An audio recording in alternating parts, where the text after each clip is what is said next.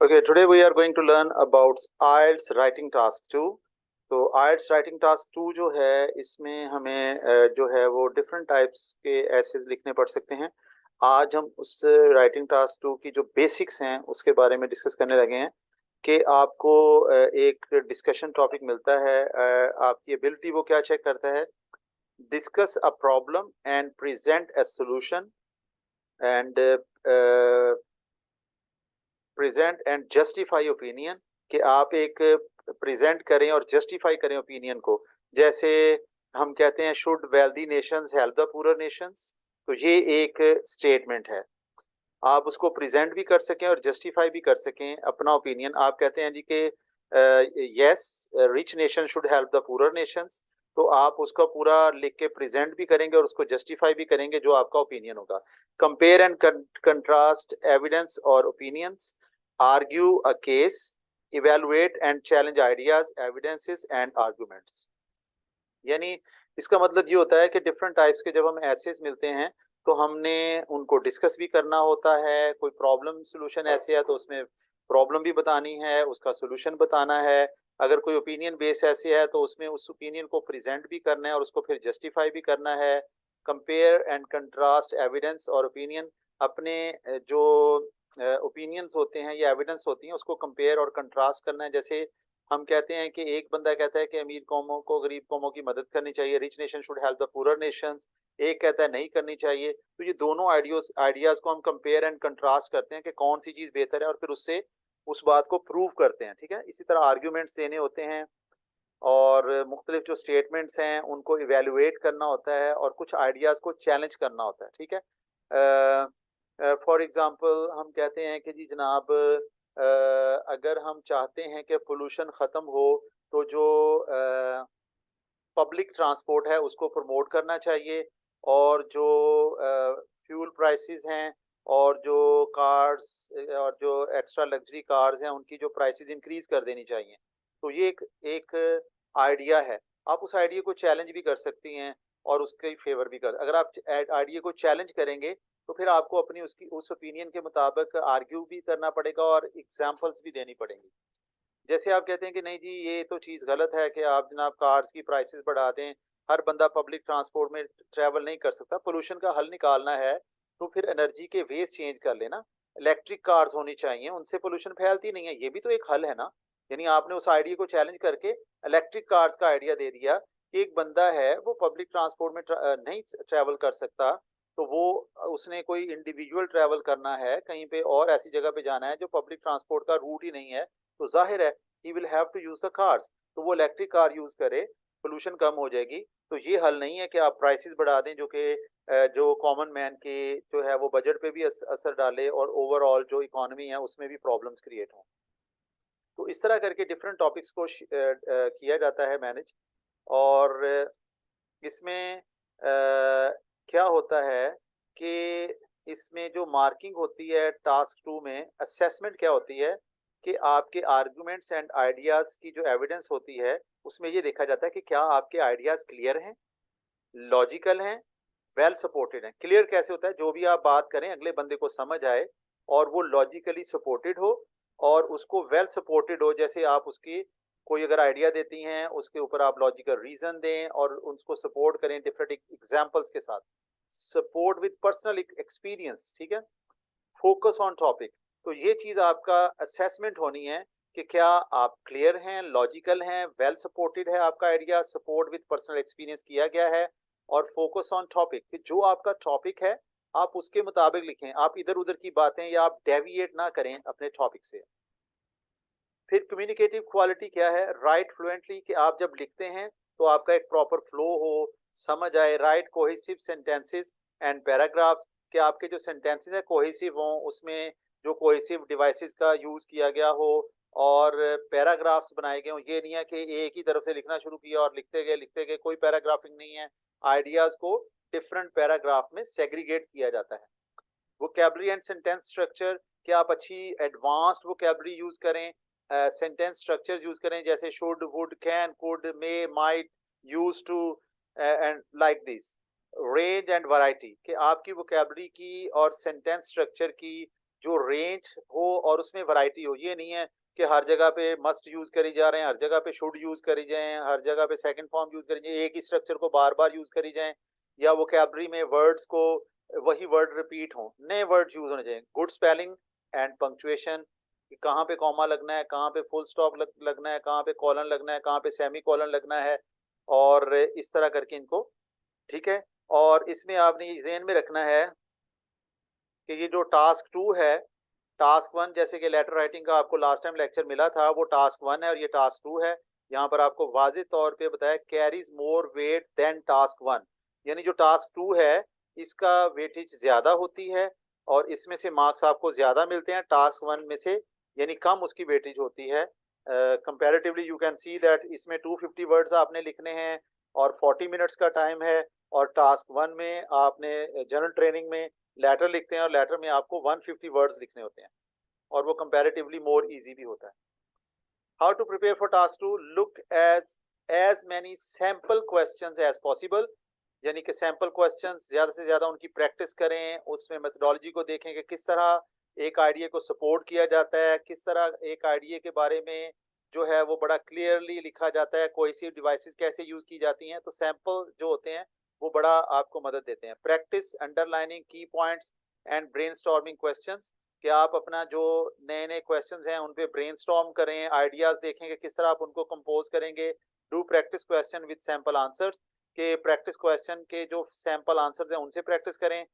और सबसे अच्छी बात क्या है कि वो जो आप प्रैक्टिस करेंगे, जो लिखेंगे, वो आप अपने टीचर से चेक करवाएंगे, यानी कि आईसीजी जो कि ब्रिटिश काउंसिल का पार्टनर इंस्टीट्यूट है, वहाँ पर ब्रिटिश काउंसिल के जो ट्रेन टीचर हैं वो आपके टेस्ट को चेक करते हैं, और अल्टीमेटली आपको जो ब्रिटिश काउंसिल से ट्रेन टीचर हैं उनकी डायरेक्शंस के मुताबिक जो उन्होंने ट्रेनिंग्स ली होती हैं उसकी रोशनी में जब आपका आइल्स का ऐसे टास्क 1 और टास्क 2 चेक होकर आपको वापस मिलेगा, तो जब आप उन इंस्ट्रक्शंस पे और उन जो है जो चीज़ें वहाँ पे मार्क की जाएंगी उन पे जो है वो उनको करेक्ट करेंगे, तो अल्टीमेटली आपके जो बैंड्स हैं वो ज्यादा आएंगे और बेहतरीन आएंगे। तो how to prepare for task 2, look at language used for linking ideas between sentences के एंड पैराग्राफ, ये चीजें आपने सीखनी है। एक्सप्रेसिंग व्यूज, कि आप अपने व्यूज को कैसे एक्सप्रेस करते हैं। मेकिंग कंसेशंस, किस तरह, ये चीजें हम इंडिविजुअली डिस्कस भी करेंगे। गिविंग अपोजिंग आर्गुमेंट्स, कि किस तरह अपोजिंग आर्गुमेंट्स दिए जाते हैं। Providing support to main points, के मेन पॉइंट्स को सपोर्ट कैसे प्रोवाइड की जाती है। Referring to cause and effect, cause and effect को कैसे हम डिस्कस करते हैं। मेकिंग कंपैरिजंस एंड कंट्रास्ट, कि कंपैरिजन एंड कंट्रास्ट किस तरह, इसमें हमें लैंग्वेज की जरूरत पड़ती है ना कंपैरिजन के लिए, कंट्रास्ट के लिए। जैसे हम कहते हैं कंट्रास्ट के लिए, on the contrary these things are having these qualities, on the contrary, concluding, how to conclude. इन सारी चीजों के लिए हमें different vocabulary and different sentence structures की जरूरत पड़ती है, ठीक है ना। तो इसमें आपने इन चीजों को मैनेज करना है और बेहतर से बेहतरीन हमने आने वाले वक्त में बताना है। How to prepare for task 2, think about possible topics, brainstorm the topics for question, write timed ऐसे। तो इसमें हमने क्या करना है कि we have to write within 40 minutes, 250 words in 40 minutes, ठीक है। थिंक अबाउट पॉसिबल टॉपिक्स, के जो टॉपिक्स होंगे उसमें अभी आप कैसे सोचेंगे, आपको बहुत सारे टॉपिक्स शेयर किए जाएंगे, उन टॉपिक्स को आप देखेंगे, पढ़ेंगे, उनके बारे में सोचेंगे, उन पे ब्रेनस्टॉर्मिंग आपको सिखाई जाएगी, और फिर आपको टाइम्ड ऐसे जो हैं वो जो है वो आप लिखेंगे, और इंशाल्लाह ताला जो है आप बेहतर से बेहतर। Discuss on how to do task 2, study question carefully, underline key points. एक क्वेश्चन आपके सामने लिखा आ गया, तो अब आपने क्या करना है, आपने क्वेश्चन को केयरफुली पढ़ना है, अंडरलाइन की पॉइंट्स को अंडरलाइन करना है, क्विकली ब्रेनस्टॉर्म टॉपिक, टॉपिक को जल्दी जल्दी ब्रेनस्टॉर्म करना है कि किस तरह मैं इस पे पॉइंट्स, इंट्रोडक्शन कैसे देना है, और इसके डिफरेंट जो एस्पेक्ट्स हैं, किस तरह लॉजिकल रीजनिंग करनी है, किस तरह इलस्ट्रेशन देनी है, किस तरह आइडियाज को कनेक्ट करना है। Decide on main points and supporting detail, organise points in a plan, structure according to type of ऐसे। तो ये बड़ी इंपॉर्टेंट चीजें हैं जो इंशाल्लाह ताला हम आने वाले दिनों में मैनेज करेंगे। Before the exam, practice writing timed ऐसे, कि आपने एग्जाम से पहले टाइम्ड ऐसे प्रैक्टिस करनी है, यानी आपने अपना टाइमर लगा लेना है, वॉच पे देखना है कि मैंने 40 मिनट्स के अंदर टास्क 2 करना है, और जो है 20 मिनट्स के अंदर टास्क 1 करना है। Keep up to date with current affairs, अपने आप को करंट अफेयर से अप टू डेट रखने के लिए आपको इंग्लिश न्यूज़पेपर पढ़ना है। उससे क्या होता है कि आपका एक विजन ब्रॉड होता है, आपका एक सोच बेहतर होती है, आपकी क्रिटिकल थिंकिंग बेहतर होती है। जब आप राइटर्स को पढ़ते हैं, स्पेशली एडिटोरियल पेजेस होते हैं न्यूज़पेपर के अंदर, जैसे कल संडे आ रहा है, संडे का दी डॉन न्यूज़पेपर ले लें, दी न्यूज़ ले लें, या कोई और अच्छा न्यूज़पेपर, तो जब आप उसके अंदर एडिटोरियल पेजेस पढ़ेंगे, डिफरेंट पेजेस पढ़ेंगे, तो आपका विजन ब्रॉड होगा।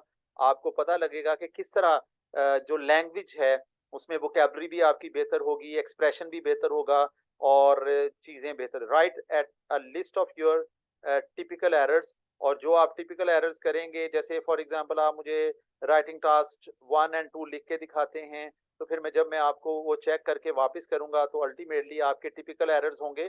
टिपिकल एरर वो होता है जो आप बार बार करते हैं, ठीक है? तो फिर उन पे अगर आप कवर अप कर लेंगे तो चीजें बेहतर। During the exam use lead pencil आमतौर पे यूज करने का कहा जाता है। चेक योर ऐसे, अपने ऐसे को चेक जरूर करें कि ये ना हो कि आप मिस्टेक्स को वैसे का वैसे ही आगे जाने दें। और जो है इस तरह art specimen pack, practice material with answers, इसमें क्या है कि give different types of graphs. ये चीज़ें आपको मैं शेयर करूंगा कि किस तरह आपने इन चीज़ों को बेहतर करना है और किस तरह आपने इन चीज़ों को मैनेज करना है, ठीक है? तो if you want to ask any question the lecture up till now, about the lecture up till now, you please ask the question.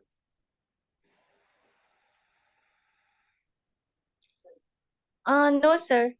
Okay good. तो अब इसके बाद जो है हम इस तरह करते हैं कि एक ऐसे को देखते हैं, ताकि हम जो है उसको किस तरह से जो है एक सैंपल ऐसे जब हम देखेंगे तो हमें आइडिया होगा कि ये जो अभी हमने थ्योरेटिकल नॉलेज हासिल किया है उससे हम किस तरह प्रैक्टिकली एक सॉल्व्ड ऐसे को देखते हैं। Okay Okay, so as we have learned about how to write task 2, so now we are moving towards a sample question. So here we can see as there is a sample question, task 2, IELTS task 2 writing. As the number of cars increases, more money has to be spent on road system. Some people think the government should pay for this. Others, however, think that drivers should cover the costs. So ये एक statement है, यानी जिसमें दो opinion दे दिए गए हैं। यानी as the number of car increasing, more money has to be spent on the system. कुछ some people think that government should pay for this. So this is government should pay for this, and the second idea, the driver should pay for this. These are the two ideas.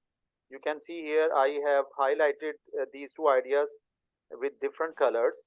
So we have Yes. so the examiner is demanding from us discuss both views and give your own opinion. Okay? So we will see that how the solution is being managed. This is the introductory sentence. Some today have argued the funding for road system should be the responsibility of governments instead of individuals. In my opinion, although maintaining roads can be considered a public service, private motorists should pay in order to more generally benefit society. Proponents of government are assuming road costs argue this is a basic, देखें ना कितना प्यारा word है proponents, यानी वो लोग जो government के बारे में कहते हैं, proponents of government assuming road costs argue this is a basic service taxpayers expect. In all countries, working adults must pay a certain percentage of their monthly salary to the government. From these contributions, individuals justly feel entitled to a variety of public services ranging from police and fire department to Fire affordable department. hospitals and safe infrastructure. Roads are key components in this contract, as most people drive in order to go to work, see friends, and take holidays. The government will itself benefit not only from fulfilling this mandate, but also in terms of the financial byproduct of consumers being outside actively contributing to a market economy. यानी कि government के बारे में ये comments दे दिए गए हैं. However, forcing drivers to pay these costs will greatly discourage private automobiles ownership. अब क्या है कि इस बात के खिलाफ लिखा जा रहा है कि ड्राइवर्स ये पे नहीं करेंगे. This distinctive is crucial today because cities are overcrowded and private vehicles contribute to rising pollution levels. In large cities such as New New York City and Tokyo, it is nearly impossible to travel the city by automobiles at peak rush hours. If there were fewer cars on the road, then people could travel more freely on bicycles, on foot, and using public transport. Additionally, ये words देखें. Additionally, private vehicles are insufficient, inefficient. Other forms of travel leave relatively small carbon footprints, but cars often carrying only one or two passengers use more petrol than would normally be required to transport people. Replace cars with more efficient transport options and there would be a marked decrease in the consumption of fossil fuels. यानी वो कह रहे हैं कि ये जो हम public transport बड़ी बड़ी गाड़ियां यूज करेंगे तो उससे ये अच्छा. In conclusion, despite the strong argument that taxpayers deserve public infrastructure such as roads, it is more important to discourage individuals from purchasing cars. In the long term, this will greatly benefit cities and the world as a whole. Now you can see the analysis here. So what has been done in the above essay? So first thing, this is the topic. Okay. Some today have argued that the funding of road system should be the responsibility of government instead of individuals. In my opinion, although maintaining roads can be considered a public service, private motorists should pay in order to more generally benefit society. ठीक है ना. तो इसमें उन्होंने point 1 और point 2 अलग कर दिया. पैराफ्रेज द ओवरऑल ऐसे टॉपिक. तो यहाँ पर उन्होंने पैराफ्रेज कर दिया है टॉपिक को. उन्होंने अपने अल्फाज में लिखा है, वो एज इट इज नहीं लिखा. ठीक है. Write a clear opinion. Read more about introduction here. तो introduction के बारे में आप देखें. Proponents of government assuming road cost argue this is a basic service taxpayer expect. Number 2, in all countries working adults must pay a certain percentage of their monthly salary to the government. From these contributions, individuals justly feel entitled to a variety of public service ranging from police and fire departments to affordable hospitals, safe infrastructure. Roads are a key component in this contract as most people drive in order to go to work, see friends, and take holidays. The government will itself benefit not only from fulfilling this mandate, but also in terms of the financial by-products of consumers being outside actively contributing to a market economy. तो यहाँ पर आपको numbering करके दिखाया गया है कि किस तरह हमने अपना ओपिनियन पॉइंट बाय पॉइंट दिया है एक पैराग्राफ के अंदर. Have you got the idea? Yes sir. और सर ये दो ओपिनियंस है ना, मतलब पहला फर्स्ट वाला थोड़ा डिफरेंट था और ये थोड़ा और डिफरेंट है, मतलब जी दोनों बिल्कुल डिफरेंट है. नहीं, सेम है. ये उसके एनालिसिस किए गए हैं कि इस तरह उसने वो बात ऊपर जो हमने ऐसे पढ़ा है वही चीज है. उसमें उन्होंने और नंबरिंग करके नीचे भी दिखाया कि वही. हाँ जी. जी. अब हमें ये बताया जा रहा है कि यानी ये वही चीज है. आपको बताया जा रहा है कि किस तरह उसने ऑर्गेनाइज किया है. अब देखें, right a topic sentence with A clear main idea at the end. Explain your main idea. यानी पैराग्राफिंग में क्या करना है, जैसे ही आपने पैराग्राफ स्टार्ट करते हैं तो उसमें टॉपिक सेंटेंस होता है. ठीक है ना, कि आप कहना क्या चाहते हैं. ठीक है ना. Right a okay topic sir. Sentence with A clear main idea at the end. यानी पहले टॉपिक सेंटेंस लिखना है और उसी पैराग्राफ के एंड पे अपना मेन आइडिया एंड पे लिखना है. Explain your main idea, develop it with specific or hypothetical examples. Keep developing it fully. You might add a counterpoint here. अब देखें, यहाँ पर जो अगला पैराग्राफ है उसको कंप्लीट किया आपके सामने ऑलरेडी हमने पढ़ रखा है, तो इसको दोबारा पढ़ने की जरूरत नहीं है. लेकिन इसको हमने एनालिसिस ये करना. देखें ना, इसको स्टार्ट कैसे. However, forcing drivers to pay these costs will greatly discourage private automobile ownership. ठीक है ना.